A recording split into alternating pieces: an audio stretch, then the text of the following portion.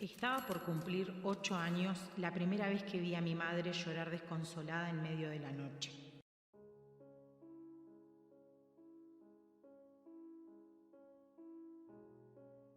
Sentada en una silla, con las manos juntas sobre la boca en un gesto de muda plegaria, nos miraba con el rostro bañado en lágrimas. El comedor de la casa nueva se veía aterrador a la leve luz de la lámpara de pie, y más con mi mamá sacudida por un llanto tan vivo y desconcertante en la penumbra. Papá todavía no había vuelto de alguna de esas reuniones nocturnas a las que había comenzado a ir 2 veces por semana ese año. Y nosotras jugábamos una última partida de cartas antes de irnos a la cama, cuando el grito de mi madre nos había hecho ir a verla sintiendo un frío espantoso en la espalda, a pesar del calor de aquella noche de diciembre. En la radio sonaba una canción conducida por un piano, cantada en otro idioma y tan triste como un funeral. Mi hermana mayor me abrazó en un gesto reflejo de esos que aún hoy mantenemos. Nos mirábamos en silencio, sin saber cómo reaccionar. Mamá lloraba y estábamos solas, infinitamente perdidas y solas, mirándola en silencio. Entre nosotras, cuando alguna estaba triste, nos consolábamos con toda naturalidad. A veces los mayores nos confortaban, pero no sabíamos si se podía hacer al revés. Nos mirábamos desconcertadas y el abrazo se nos hizo vano, sin esa tibieza que da saber que todo volverá a estar bien. Vivíamos en un tiempo en que el negocio familiar pasaba por su mejor momento, y hacía pocos meses habíamos dejado de ser inquilinos en errancia permanente para ser propietarios. En plena madurez, mis padres lograban cumplir con el mandato social, vivido como aspiración personal, de ser dueños de las 4 paredes y el techo que cobijarían a la familia. Una construcción sólida de 2 dormitorios, living, comedor, estar, cocina, baño y patio en pleno centro de la capital departamental. Eran ahora la roca sobre la que descansaban los cimientos de la familia que habían comenzado a construir 10 años antes. Cimientos de la familia, había dicho el escribano de la inmobiliaria sonriendo con una mueca de chanta mientras le entregaba las llaves a mi padre. Ese día descubrí que los hombres de negocios hablan un idioma muy, muy raro. Los años siguientes me enseñarían que nunca son de fiar. Eran una pareja un tanto despareja, mamá y papá. Él, a sus 50 y poco, era el típico oficinista desgarbado de lentes gruesos y ojos negros, siempre atentos a los detalles, sobre todo en los documentos.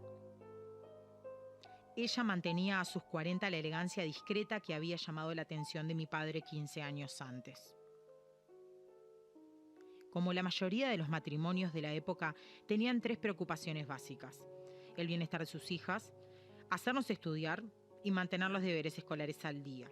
Y esto era esencial, evitar todo tipo de comentario político.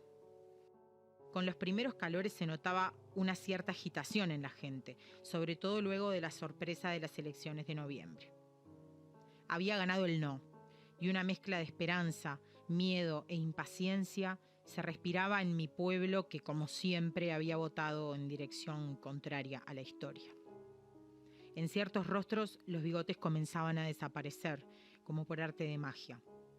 En otros aparecían unas tímidas barbas. A falta de tele en casa, la reina era la vieja radio a válvula que ocupaba el centro del armario del comedor. En la difusora seguía predominando la cumbia y el melódico internacional.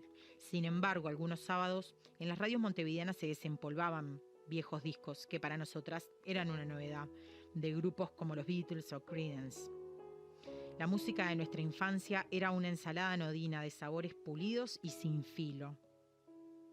ABBA, en español of course, Pimpinela, Travolta, Perales, la conga de Catunga y Valeria Lynch se amontonaban en una fuente sonora servida por el weekend musical de El Espectador o Aquí está su disco.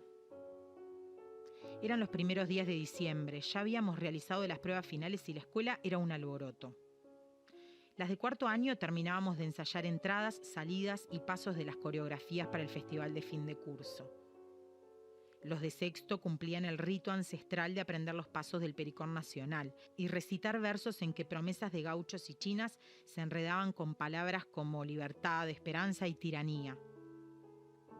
Nunca antes había prestado atención a las relaciones de aquella danza criolla, pero me parecían rarísimas, en medio de aquellas declaraciones de amor que nunca llegaba a ser correspondido. Como los hombres de negocios, las maestras también son raras, aunque muchísimo más confiables. Por ser los últimos días de escuela, mi madre había aflojado bastante la vigilancia, y aunque era cerca de medianoche, seguíamos jugando al ludo con mi hermana mayor. En la radio sonaba el informativo de Radio Monte Carlo.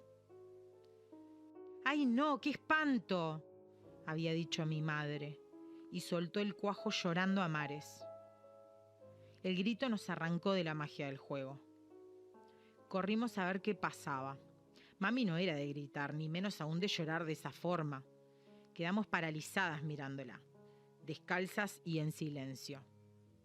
Una sensación desconocida, un nuevo matiz del miedo trepaba por nuestras espaldas. Como adivinándonos, mami levantó la cabeza, apretó los ojos y se pasó las manos por los pómulos. Falló escandalosamente en su intento de presentar una sonrisa. Con la voz tomada dijo mirando a ningún lugar: «Perdonen, mis amores, perdonen. Pero es que mataron a John Lennon». Se sacudió y el llanto volvió a tomarla por completo. Nos acercamos a abrazarla.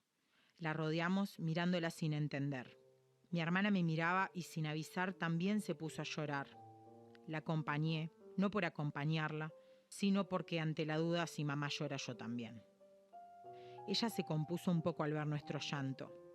Nos secó las lágrimas con la palma, helada, de su mano.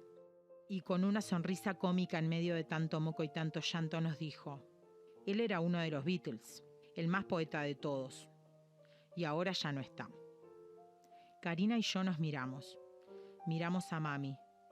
Nunca habíamos sabido que tenía amigos con nombres tan raros, ni que vivieran tan lejos. Menos aún habíamos imaginado que su amigo cantara canciones tan tristes y raras.